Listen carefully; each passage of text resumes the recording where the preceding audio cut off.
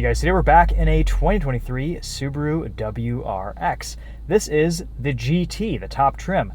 Costs $43,000. We have a continuously variable transmission, and I thought we would revisit this car, spend a little bit more time in it. The goal was to drive this in the snow, but as you can see, we missed out on the snow. It actually snowed a couple nights ago, but I was out filming the Raptor off-road video, having a lot of fun on that, and I didn't get a chance to get too much snow driving in this WRX. We got a little bit of it at the tail end, so the second half of this video will feature some snow driving. Let's walk you around this again. We'll show you some of the details that I may have missed in my last video. We'll talk about some things, and we'll most importantly discuss what this car has been like to live with, because the last time I had this WRX GT, I only spent about a day in it, and this week I've been driving it quite a bit. So this is painted in ignition red. It looks awesome on this car. Actually, this is one of my favorite colors on the new WRX. I was kind of leaning to prefer darker colors with all the blacked out plastic trim, but this red looks really sharp. Quad exhaust tips in the back. Today, we're driving on Michelin Pilot Sport All Season 4 tires. These are 245 40R18s. Nice amount of sidewall. They look really good on these exclusive GT 18-inch wheels. Decent snow traction, amazing traction in the wet, decent in the dirt too. We took this rallying on some back roads, and again, I'll show that in the second half of the video. So, we've driven the manual WRX, and now I've spent a little bit more time in the CVT, and I've got to say, this CVT, for a Subaru CVT, is probably the best continuously variable transmission I've driven from the brand. They've done a really nice job tuning this. It drives really, really well. Only complaint is that you don't quite get the same all-wheel drive system as you do in the manual WRX. Manual WRX has continuous all-wheel drive. This has active all-wheel drive, so it'll kind of send power to the rear wheels as needed. The continuous 50-50 torque split of the manual WRX is very nice to have, and you do feel a little bit of a difference in power application out of corners. Very nice interior in this WRX GT. We have a lot of nice trimming. Alcantara. These Recaro seats are tight. I'm 5'10", I weigh about 150 pounds, and they're about perfect for me. Don't know if I'd want to fit in them if I were much bigger than that. We don't have a handbrake in this CVT model. We just get a parking brake button. We get the tablet screen, which is still laggy, annoying, needlessly complicated, and slow, but it's livable. It's not a deal breaker. It's just annoying. I wish Subaru would update their infotainments to a more modern feeling system. It's constantly dropping CarPlay. Drops CarPlay about 1 or 2 times per drive. So again, it's something that needs to be addressed and fixed. Pretty common issue with Subaru is they're always dropping the connection, and so far I don't think they've had a fix for it. They did an update on my BRZ, still has the same issue. All that said, this is a really nice interior. Awesome visibility, nice appointments, nice feel to the trim, to the leather, to the touch points, and does it command a $43,000 price tag? I don't know. I would like a few more features. It would be nice to have a heated steering wheel and ventilated seats. As it sits, we only get heated seats, though we do get Subaru's EyeSight system. That works well, a lot of safety features, and like I said, this WRX with the CVT actually drives really well. One of the big selling points of the WRX is that it is just so practical. We have a good amount of space in the back seats and a good amount of trunk space too. No, is there a spare tire in here? I think there is, because we have a jack. I don't know. Anyway, there's enough room down there for a spare tire if there is. Nice trunk space. We can fold down those seats in the rear. A lot of legroom back here. You could throw a rear-facing child seat back here. This could be your only car, and it would be a fun, enjoyable, sporty daily driver that you could enjoy on weekdays and take rally crossing or autocrossing or to the track on the weekends. New 2.4 liter Boxer 4-cylinder turbo, 271 horsepower, gets about 21 miles to the gallon combined. In the real world, it's probably a little bit more fuel efficient than that. Found the same with my BRZ. The EPA ratings for these 2.4 liters, the turbo and naturally aspirated FA24, are a little bit conservative, and in the real world, you can probably expect about 28 to 30 in this on the highway, which is pretty good. Nice hood scoop there right into the intercooler. I love how Subaru's engines are just all exposed. They still look like motors. They're not putting a bunch of silly plastic over everything. And you still get the classic hood scoop in the WRX.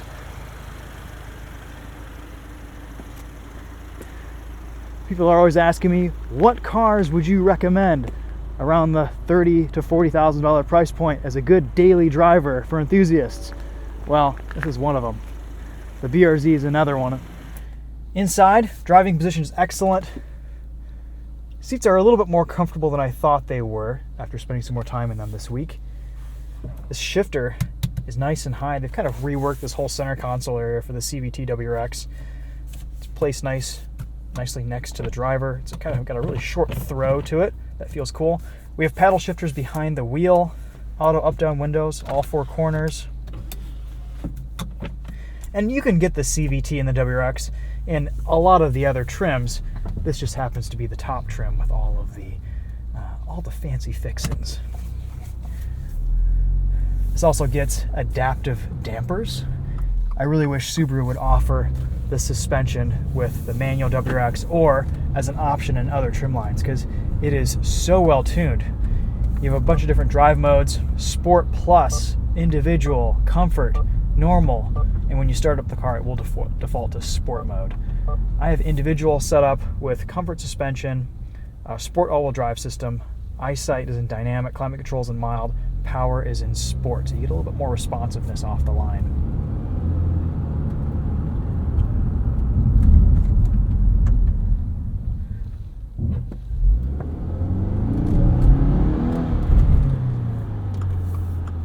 For a CVT, pretty good acceleration off the line. Definitely not as quick as the manual car, but it gets you out of the hole. No issues, no lag. And you can hear there are some simulated shifts between gears.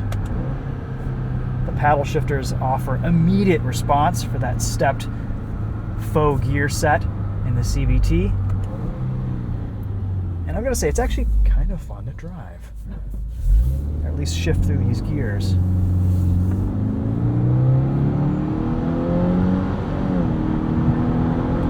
This GT model is a heavier WRX, weighs about 3,500 pounds, a little bit over.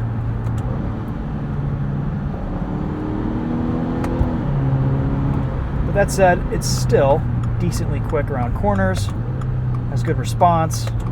The front end is so sharp in this car.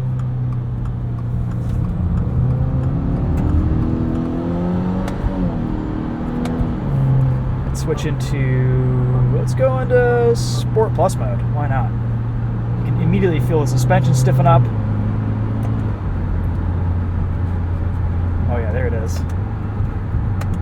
Yeah, the best thing about this adaptive suspension is just how comfortable it is in Comfort, and then how much it stiffens up in Sport and Sport Plus. It's just a really nice difference. The standard WRX with the just regular suspension is kind of on the stiff side. It feels like a lot of other sporty sedans out there, but this is just a really perfect balance in this WRX GT. And having the ability to isolate different settings between that individual mode is probably my favorite thing about this.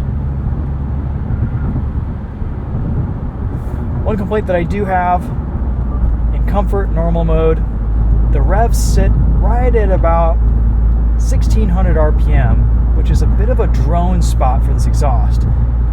It's not terrible, it's not like an aftermarket exhaust that's super droney, but it's just kind of at that frequency and tone where I feel like it would wear on you after a little while. And unless if you're on the highway, it's pretty much sitting there all the time.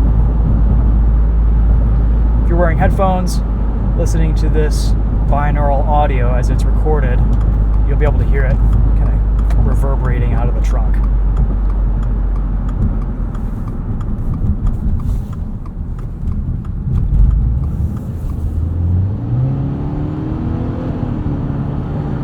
Love the way this WRX handles. Even with this active all-wheel drive system, it feels so light. The steering is really nice and delicate. And depending on the drive mode that you're in, it does weight up, but I don't know, there's decent feel. I like the steering rack a lot. Definitely an improvement over previous generations. Brakes feel okay. Honestly, they leave a little bit to be desired. In this GT trim, for the money, wouldn't mind a set of Brembos, to be honest. Steering's pretty quick too.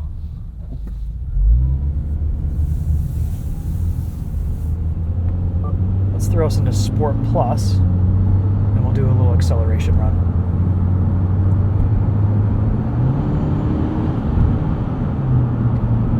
Alright.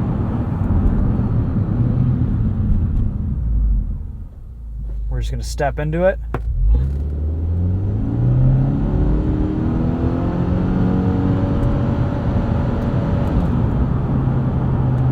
Interesting, from a dig in Sport Plus, when it kind of senses you're doing a launch, it'll rev it up all the way to red line so you get the fast acceleration and it won't step the gears, it won't simulate shifts.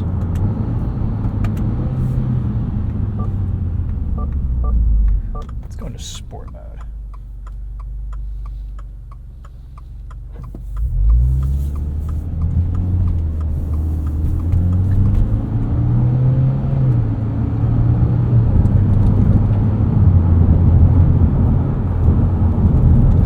Okay, so summing up some thoughts here initially, really easy car to live with all week. If you can't drive a manual or you just don't want to drive a manual, whether you live in an area where you're in traffic a lot, I've got to say this CVT WRX is really good. And it's one of the only cars in this class, except for the Elantra and Kona, that offer an automatic transmission as an option. I guess the GTI does too. It's going to have fantastic all-weather performance.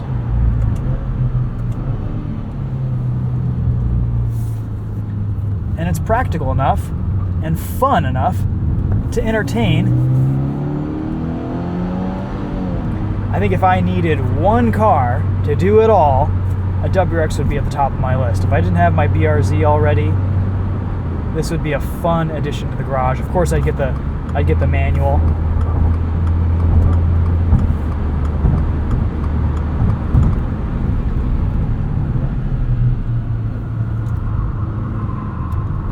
Nice rotation there, off throttle.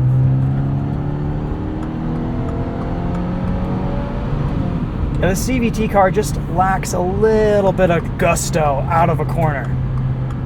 Doesn't quite have that same pull that the manual car does, but it's still a really good chassis. It handles awesome. Also, I don't remember if we did a sound system test on the WRX GT that we had a few months ago, so let's quickly go in and listen to this Harman Kardon sound system.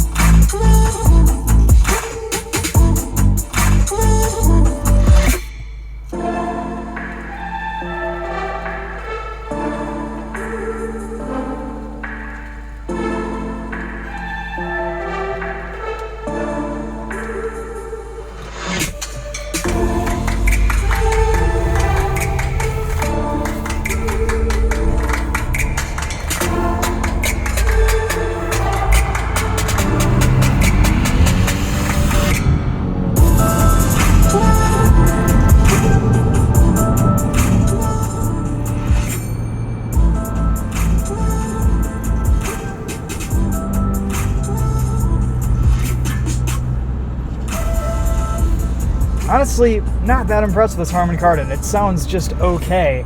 I feel like the regular WRX sound system is just as good. It's the only thing about this GT is that for the price tag that it commands, it's lacking in a few areas. And in some other areas, it's very nice. So you kind of have to decide if it's within your budget. You can definitely save some money, go for a lower trim, and still get a really nice driving experience out of kind of any WRX flavor you want.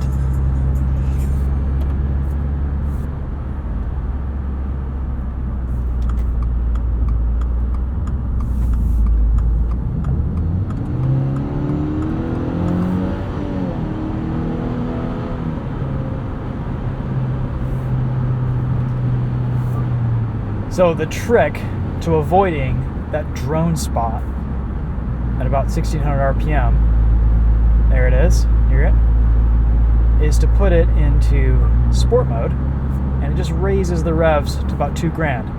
Not sure how that will affect long-term reliability of your CVT, but it makes it a little bit more enjoyable and livable of an experience behind the wheel.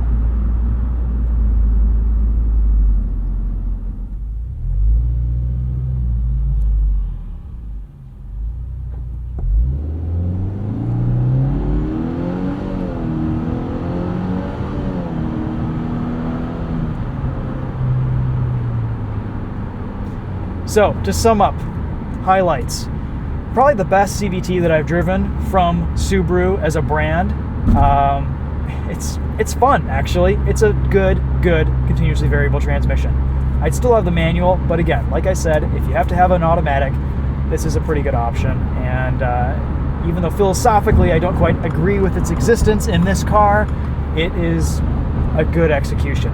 And I have to compliment Subaru on that. Suspension, awesome. Really wish they offered it in the other WRX trims. This adaptive suspension is really nice. It's comfortable and soft and really well tuned in comfort and normal modes, and then it stiffens up beautifully in Sport Plus. And the fact that you can isolate all of that in your individual mode setting is just fantastic. There's so many different options here for climate control, eyesight activity. Pretty cool execution from Subaru, well done. Even the eyesight, the active steering and lane centering system works pretty well on this car. It does beep at you often to kind of take over the wheel, and it doesn't quite sense your hand on the wheel if you do have your hands on the wheel sometimes, but useful when you need to take your eyes off the road for half a second, fiddle with this laggy infotainment screen. All right, let's take this car out on some back roads, see if we can find some loose surface. Yesterday I took this out and there was still a little bit of snow on the ground. We'll go chase down some dirt roads, find some areas that haven't been plowed yet, and we'll see you guys out there.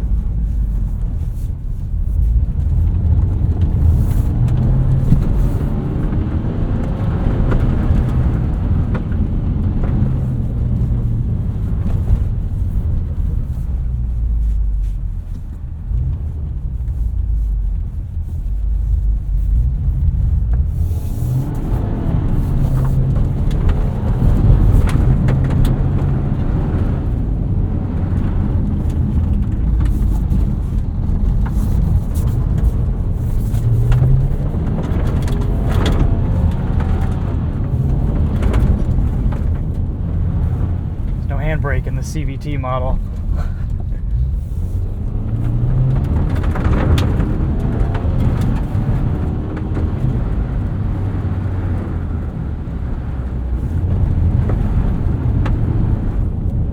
It still makes for a pretty darn convincing rally car though. Subaru does such a great job with their all-wheel drive systems. And again, this CVT WRX does have a different all-wheel drive system from the standard WRX, just because it's a more traditional Subaru drivetrain.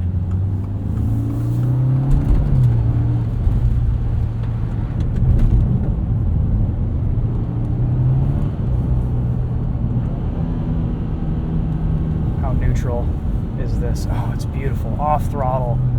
That's the thing I love about the WRX, the STI. One, you're able to disable stability control, but off throttle, these cars just get so much wonderful rotation.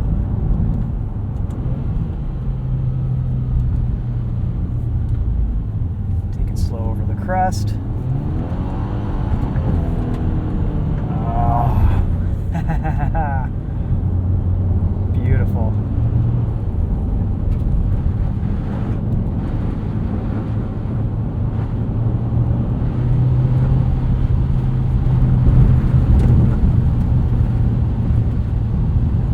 Ride quality's nice too. Honestly, if you don't want to go out and spend 40 grand or more on a GR Corolla, get yourself a more base model oriented WRX and you will just be a happy camper. If you want an automatic, I would even go as far to recommend the CVT, even though it goes against my principle of a WRX that it should be manual. I think I could live with this. It's a really good transmission, and Subaru's done a really nice job tuning the CVT to be sporty, exciting, comfortable, engaging, smooth. It kind of hits all the marks.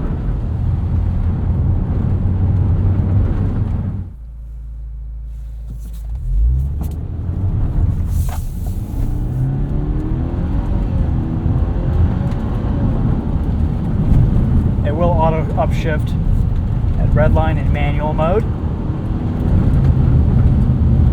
which is probably a good thing. These aren't really actual gears.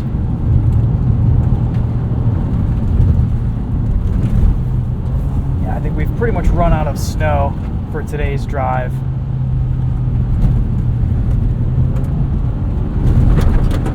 It's still a lot of fun. Just sling around.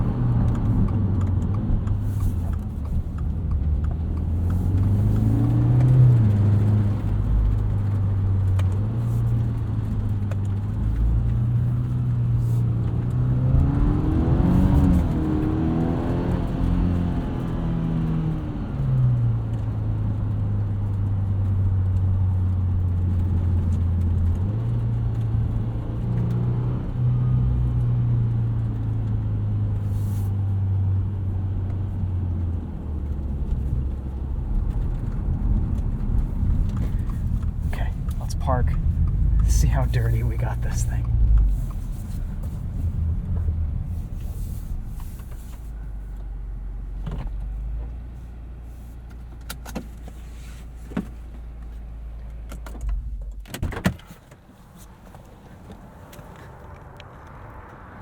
Oh yeah, that looks about right now. Perfect.